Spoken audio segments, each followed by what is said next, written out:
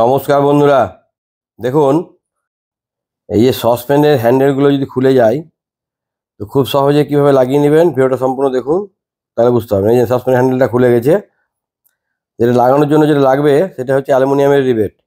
এই অ্যালুমিনিয়ামের রিবেটগুলো খুব বেশি দাম 5 টাকা নেবে।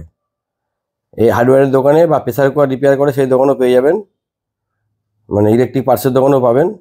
এই রিবেটগুলো নিয়ে আসবেন, দিয়ে নিয়ে আসার পরে প্রথমে আপনাকে ওই কাটা রিবেটগুলো মাথাগুলো ভেবে প্লাস দিয়ে কেটে দিতে হবে। আমি এখানে কেটে দিয়েছি। তারপরে এটা টোকা দিলে কিন্তু এটা বেরিয়ে যাবে।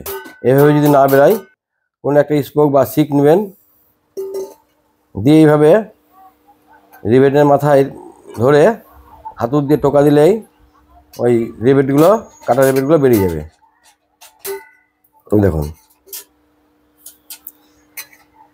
এটা লাগাতে খুব একটা যন্ত্রপাতি দরকার হবে না, সবই আপনাদের আমি দেখিয়ে দিচ্ছি। ভিডিওটা সম্পূর্ণ দেখুন। খুলে গেল। এইবার হ্যান্ডেলটা, এই যে হ্যান্ডেলটা এভাবে ধরতে হবে, আর রিবেটটা যদি এইভাবে ভরে দেন উল্টো দিক দিয়ে তাও হবে।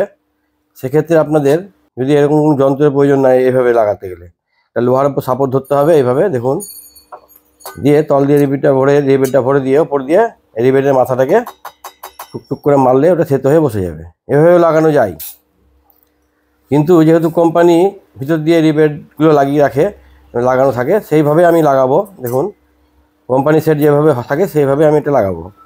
সেই কারণে রিবেটটা আমি ভিতর দিয়ে দিলাম।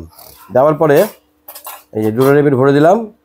দুটো রিবেট ভরে কাজটা করলে ভালো হবে। একটা রিবেট করতে গিয়ে যদি সরে যায় তাহলে কিন্তু আরেকটা রিবেট লাগানো যাবে না।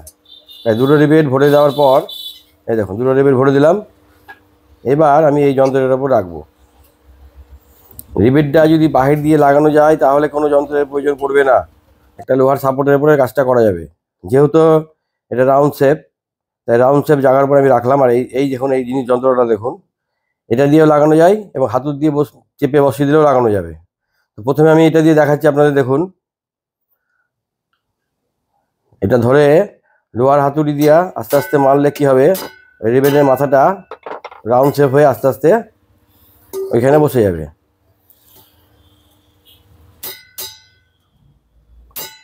এই দেখুন,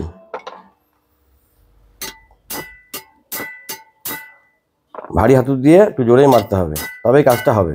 এই দেখুন হয়ে গেল। এই দেখুন, এবার এই দ্বিতীয় রিবেটটা আমি এটা দিয়ে লাগাবো না। দ্বিতীয় রিবেটটা আমি হাতুড়ি দিয়েই এমনি বসাবো, ছোটো হাতুড়ি দিয়ে আস্তে আস্তে মারলে এই দেখুন মাথাটা আস্তে আস্তে থেতো হয়ে ওখানে গিয়ে বসে যাবে। যদি আপনাদের বাড়িতে কোনো যন্ত্রের হাতুড়ি থাকে আর লোহার একটা সাপোর্ট দিতে পারেন তলায়, তাহলে রিবেটটা বাহির দিয়ে আপনারা ভিতর দিয়ে একটু মারবেন, তাহলে লেগে যাবে। আর যদি বলেন যে নাট বল্ট সিস্টেম করে আটকে নেবো খুলে গেলে, সেটাও করতে পারেন, তবে জল লিকেজের ভয় থাকে। এ দেখুন একটু ঘষে নিলাম, খুসটুস থাকলে হাতে লাগবে এই কারণে।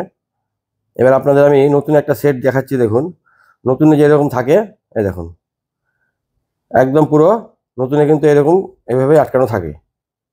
আপনাদের আমি নতুন একটা সসপ্যান নিয়ে দেখাচ্ছি। দেখুন,